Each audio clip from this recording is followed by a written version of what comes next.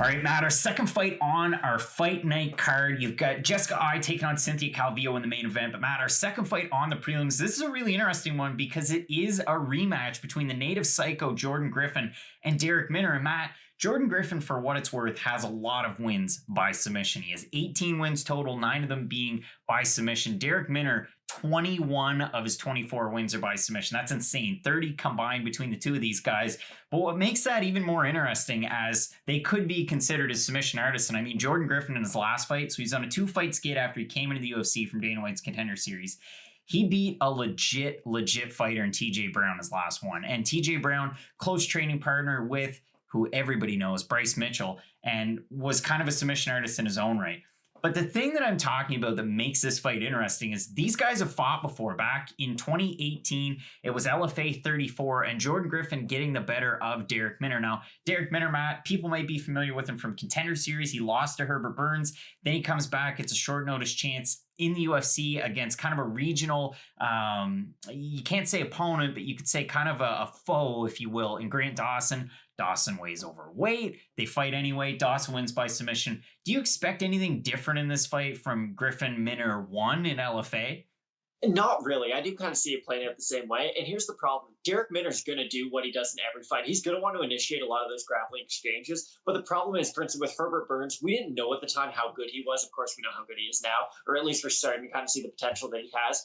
Minner's going to want to make this a grappling match. And the problem is Griffin is just the better grappler out of the two of them. Their striking's about on par. I don't think Minner's going to go out there and just blow the doors off Griffin, at least in the striking exchanges. So at some point, they're going to end up on the ground. And once they do, I just think Griffin's the slightly better grappler, and he is going to be able to get another submission win, because that's really the only path to victory for Darrick Minner. It kind of reminds me of Chase Hooper from last night. Chase Hooper only had one path to victory. He had to get the fight to the ground, But even when he got the fight to the ground, Alex Caceres was still crafty enough and good enough defensively that there was no real issues. And I think that's kind of exactly how this fight's going to go. I think Griffin's going to be able to kind of watch himself on the ground, find a good opportunity to get on top, and then look for submission from there. And if you look at Jordan Griffin's time in the UFC, so his first fight is against Dan Ige. Well, it's pretty darn tough to beat Dan Ige. I mean, Edson Barboza couldn't beat Dan Ige. So take that for what it's worth. But still, it was a tough fight there. Then he fights Chaz Skelly and loses by decision. His last fight against TJ Brown could have very well been his last fight in the UFC if he ended up losing it. But he put on an amazing showing. And I mean, TJ Brown, for what it was worth until he lost, he looked pretty good.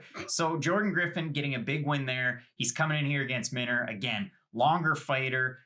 He's got 3.5 inches of reach. He's got 3 inches of height in this one. And that normally doesn't play into being a huge factor, but I think it does in this one. And I certainly edge Griffin in multiple facets of the game as well. If you look over at the odds, Griffin a -220 favorite, Darrick Minner +180 underdog. Over on Tapology to 395 votes. 93% of the fans going with Jordan Griffin, 60% predicting a submission. Do you think it plays out exactly like the first fight?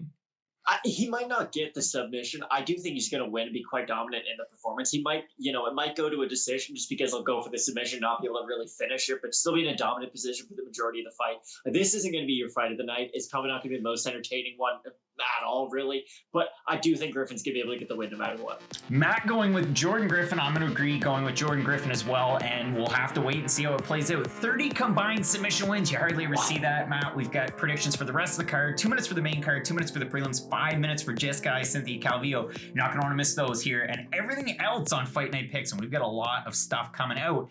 And Matt, as we always say, let's get into it.